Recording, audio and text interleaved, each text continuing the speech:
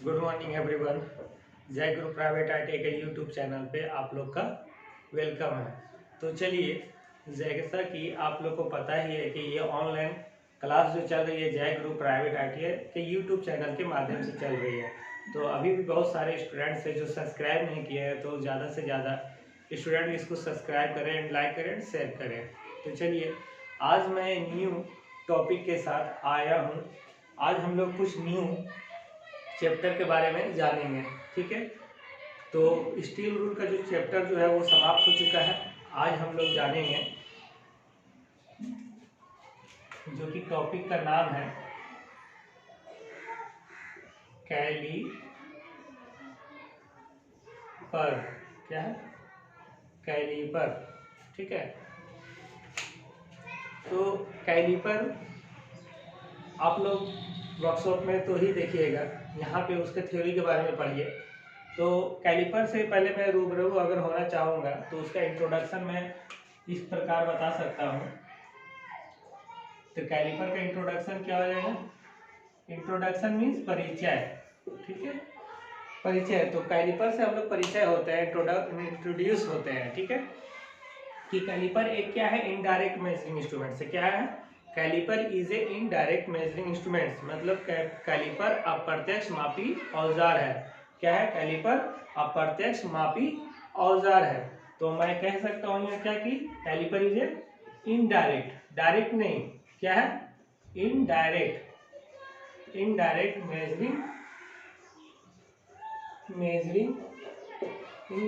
Measuring tool.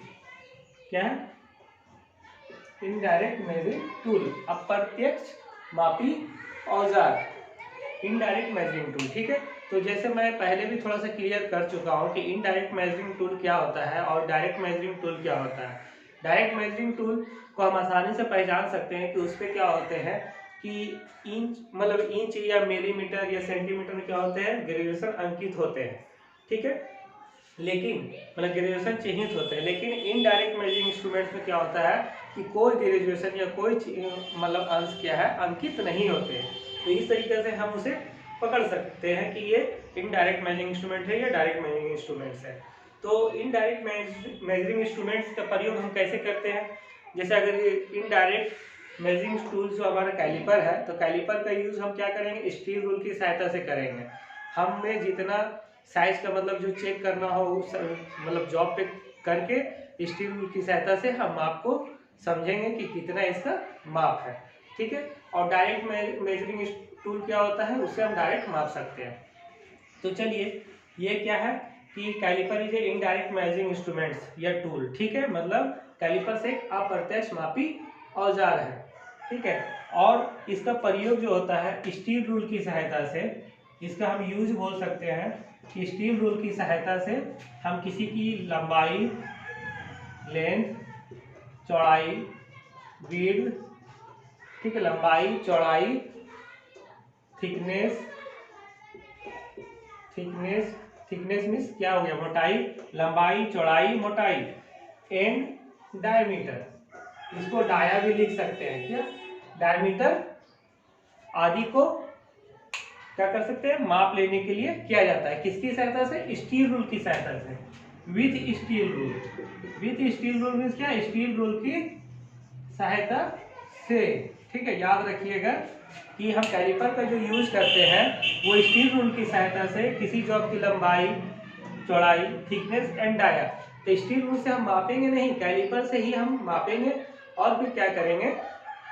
मान लीजिए ये इसकी अगर हमको डायमीटर चेक करना है तो कैलिपर को इस तरह से हम लगाएंगे। उसके बाद फिर ये जितना साइज का खुला उसको स्टील रूल के पास हम माप कर देखेंगे कितना ये इसका मेजर बता रहा है, ठीक है। तो स्टील रूल की सहायता से किसी भी जॉब की लंबाई, चौड़ाई, मोटाई एंड डायमीटर हम माप सकते हैं, ठीक है। अब आते हैं मटेरियल कि यह किसका बना होता है। मटेरियल, कैलिपर का जो मटेरियल होता है या हाई कार्बन स्टील या माइल्ड स्टील को MS शॉर्ट में बोलते हैं, हाई कार्बन स्टील को HCS बोलते हैं। तो मटेरियल जो होता है कैलिपर का हाई कार्बन स्टील या माइल्ड स्टील का बना होता है। तो याद रखिए कि इसके गेजिंग पॉइंट जो होते हैं, मतलब जो मापने वाले पॉइंट होते हैं, मैं फिर आपको वो फिगर के सहारे सब कुछ दिखाऊंगा। तो इसके जो गेजिंग पॉइंट्स होते हैं वो क्या होते हैं, कैलिपर के हार्ड व टेम्पर की होते हैं। कौन? हाई कार्बन स्टील से जो कैलिपर बने होते हैं उसके गेजिंग पॉइंट्स हार्ड व टेम्पर होते हैं। लेकिन जो माइल्ड स्टील से बने होते हैं उसे क्या किया जाता है, केस हार्डनिंग किया जाता है। ये जब मैं मटेरियल के चैप्टर में जाऊंगा तब आप लोग को पूरा क्लियर कर दूंगा कि किस चीज को हार्ड व टेम्पर किया जाता है, किस चीज को केस हार्डनिंग किया जाता है, ठीक है। तो अभी इतना याद रखिए कि हाई कार्बन स्टील से जो बने होते हैं कैलिपर्स, उन्हें क्या किया जाता है, हार्ड और टेम्पर किया जाता है उनके गेजिंग पॉइंट्स को। और जो माइल्ड स्टील से बने होते हैं उसे क्या किया जाता है, केस हार्डनिंग किया जाता है, ठीक है। अब रही साइज, तो साइज में जब चित्र बनाऊंगा कैलिपर्स का तो उस समय आप लोग को साइज बताऊंगा कि इसका साइज कहाँ से कहाँ लिया जाता है ठीक है। अब बात करेंगे इसकी एक्यूरेसी की, क्या इसकी एक्यूरेसी की। एक्यूरेसी, ठीक है। इसकी एक्यूरेसी मतलब परिशुद्धता बोल सकते हैं, जो कि कैलिपर की होती है वो 0.5 मिलीमीटर होती है। कितनी? 0.5 मिलीमीटर होती है, याद रखिएगा, हाफ मिलीमीटर होती है। जितना स्टील रूल की परिशुद्धता होती है उतना ही कैलिपर की परिशुद्धता होती है, क्योंकि स्टील रूल की सहायता से कैलिपर का यूज किया जाता है, ठीक है। और हम ये भी कह सकते हैं कि कैलिपर का जो स्पेसिफिकेशन है, मतलब वर्गीकरण हम जो बोल सकते हैं, स्पेसिफिकेशन में पहले भी आप लोगों को बता चुका हूँ कि स्पेसिफिकेशन क्या होता है। उसको मतलब वो एक पहचान देता है कि ये इसका साइज क्या है, इसकी लंबाई क्या है, ठीक है, और ये किस मटेरियल का बना होता है, कैसे इसको हम बाजार से हम खरीद सकते हैं। तो मतलब हम वो स्पेसिफिकेशन मतलब उसका एक पहचान बना देना होता है, ठीक है। तो हम बात करेंगे अगर स्पेसिफिकेशन की, तो स्पेसिफिकेशन में हम लेंगे कैलिपर का, क्या हो जाएगा कि या क्लासिफाइड बोलिए या स्पेसिफिकेशन बोलिए। क्लासिफाइड मीन्स क्या होता है, वर्गीकरण, और स्पेसिफिकेशन मीन्स क्या होता है, मतलब उसको निर्दिष्ट करना, ठीक है। तो कैलिपर को हम कैसे वर्गीकरण करेंगे, तो कह सकते हैं कि according to their length and their legs. मतलब ये है, उसके हिंदी में ये हो जाएगा कि कैलिपर का जो के मतलब हम लेते हैं उसके ज्वाइंट और लेग के, मतलब टांगों के आधार पर, मतलब उसके ज्वाइंट, और हिंदी में लिख देते हैं उसके ज्वाइंट, उसके ज्वाइंट और टांगों के आधार पर, किसके आधार पर, उसके ज्वाइंट और टांगों के आधार पर वर्गीकृत किया गया है। किसको? मतलब कैलिपर को जो वर्गीकृत किया गया है, निर्दिष्ट किया गया है, उसके ज्वाइंट और टांगों के आधार पर वर्गीकृत किया गया है। क्या क्या? फिर से मैं एक बार बोल रहा हूँ कि जो स्पेसिफिकेशन है कैलिपर्स का, उसके ज्वाइंट और टांगों के आधार पर इसे वर्गीकृत किया गया है। ये बराबर एग्जाम में पूछा जाता है, ये स्पेसिफाई किया गया है, ठीक है। बराबर एग्जाम में पूछता है कि कैलिपर्स का वर्गीकरण किसके आधार पर किया गया है, तो उसके ज्वाइंट्स और टांगों के आधार पर किया गया है। इसकी एक्यूरेसी जो होती है 0.5 मिलीमीटर की होती है। मटेरियल जो बना होता है कैलिपर का वो हाई कार्बन स्टील या माइल्ड स्टील का होता है। हाई कार्बन स्टील वाले कैलिपर के गेजिंग पॉइंट को हम क्या करते हैं, हार्डवेयर टेम्पर करते हैं, और माइल्ड स्टील के गेजिंग पॉइंट्स को क्या करते हैं, केस हार्डनिंग करते हैं, ये भी याद रखिएगा। और कैलिपर का जो यूज होता है, मतलब किसी जॉब की लंबाई, चौड़ाई, मोटाई एंड डायमीटर माप सकते हैं, लेकिन कैलिपर का यूज करने के लिए हमें स्टील रूल की सहायता लेनी पड़ती है, ठीक है।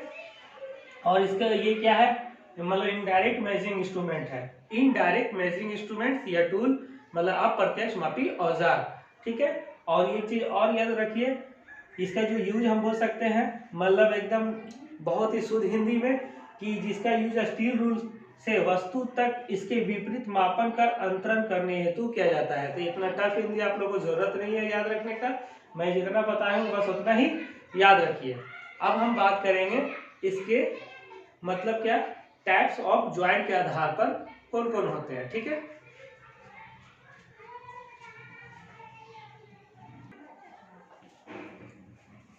देखिए, टाइप्स ऑफ ज्वाइंट के आधार पर जैसे हमने बताया कैलिपर को वर्गीकृत किया गया टाइप्स ऑफ ज्वाइंट और टांगों के आधार पर, मतलब उसके ज्वाइंट और टांगों के आधार पर। ठीक है, तो अभी हम टाइप्स ऑफ ज्वाइंट के आधार पर हम बात करेंगे कि टाइप्स ऑफ ज्वाइंट के आधार पे फिर्म ज्वाइंट और स्प्रिंग ज्वाइंट, दो ज्वाइंट होते हैं। कितना? फिर्म ज्वाइंट और स्प्रिंग ज्वाइंट।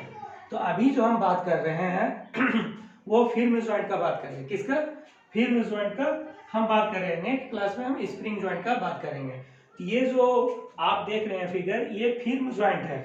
मतलब फिर्म ज्वाइंट कैसा होता है? जैसे इस प्रकार के कैलिपर की दोनों टांगों को एक क्या होता है, रिविट या वाशर के द्वारा जोड़ा जाता है। रिविट या वाशर के द्वारा इसे जोड़ा जाता है। ठीक है, और इस प्रकार के कैलिपर का प्रयोग क्या होता है, दूसरे कैलिपरों की अपेक्षा बहुत ही कम की जाती है। मतलब इस प्रकार के कैलिपर का प्रयोग हम बहुत ही कम करते हैं, क्योंकि इससे हमें मतलब चेकिंग करने में क्या होती है, थोड़ी कठिनाइयाँ होती है। इसे सेटिंग करने में क्या होती है, जब हम किसी जॉब को चेक करेंगे तो सेटिंग करने में क्या होती है, बहुत ही कठिनाइयाँ होती है। ठीक है, तो ये जो कैलिपर है, ये आप कैलिपर देख रहे हैं, ये आउटसाइड कैलिपर है। कौन? ये आउटसाइड कैलिपर है। याद रखिएगा, आउटसाइड कैलिपर का जो टांग है अंदर की ओर मुड़ा हुआ होता है। किधर? अंदर की ओर। ठीक है, और ये जो है इनसाइड कैलिपर है। तो याद रखिएगा, इनसाइड कैलिपर का जो टांग होता है वो बाहर की तरफ होता है। इनसाइड कैलिपर का टांग कहाँ होता है? वो बाहर की तरफ मुड़ा हुआ होता है। तो याद रखिएगा, आउटसाइड कैलिपर का टांग अंदर की ओर मुड़ा होता है और इनसाइड कैलिपर का टांग बाहर की ओर मुड़ा हुआ होता है। और ये फिर्म ज्वाइंट कैलिपर है। ठीक है, जो कि रिविट या वाशर से जुड़ा होता है। और इस कैलिपर का प्रयोग दूसरे कैलिपर की अपेक्षा बहुत ही कम की जाती है। ये हमेशा याद रखिएगा, क्योंकि इसकी सेटिंग करने में क्या होती है, बहुत ही कठिनाई होती है। इसका हम सेटिंग आसानी से नहीं कर सकते, इसीलिए इस कैलिपर का प्रयोग हम कम करते हैं। अब रहा साइज की बात। अगर हम साइज का बात करेंगे, इसका साइज कहाँ से कहाँ लिया जाता है, तो याद रखिएगा, ये एग्जाम में बहुत ही पूछा जाता है, बार बार रिपीट किया जाता है कि इसके सेंटर से, मतलब रिविट या पीवेट, इसको पीवेट भी बोल सकते हैं, तो रिविट के सेंटर से टांगों की पूरी लंबाई, मतलब ये देख सकते हैं आप, यहाँ जो हम लेंथ लिखे हैं कि रिविट का सेंटर से ये पूरी टांग की लंबाई, मतलब हम कह सकते हैं कैलिपर का साइज उसकी पिविट पिन या रिविट के सेंटर से गेजिंग पॉइंट तक की जितनी दूरी होती है, मतलब रिविट के सेंटर से गेजिंग पॉइंट तक की जितनी दूरी होती है वह उसकी लंबाई होती है। रिविट के सेंटर से गेजिंग पॉइंट तक की जितनी भी दूरी होती है वह उसकी क्या कहलाती है, लंबाई कहलाती है। यहाँ भी इसी तरह हो जाएगा कि इसके सेंटर से गेजिंग पॉइंट तक की जो दूरी कहलाई मेरी, वो क्या हो गया, इसकी लंबाई हो गई है। तो आई होप आप लोग को फिर्म ज्वाइंट जो है वो हमेशा अच्छा से याद रहेगा, पूरा क्लियर हो चुका है। अगर कुछ कन्फ्यूजन है तो कमेंट्स यूट्यूब चैनल पे जरूर करें, मैं आपका इसका जवाब दूंगा। और नेक्स्ट वीडियो में हम लोग फिर से मिलेंगे। Okay, thank you.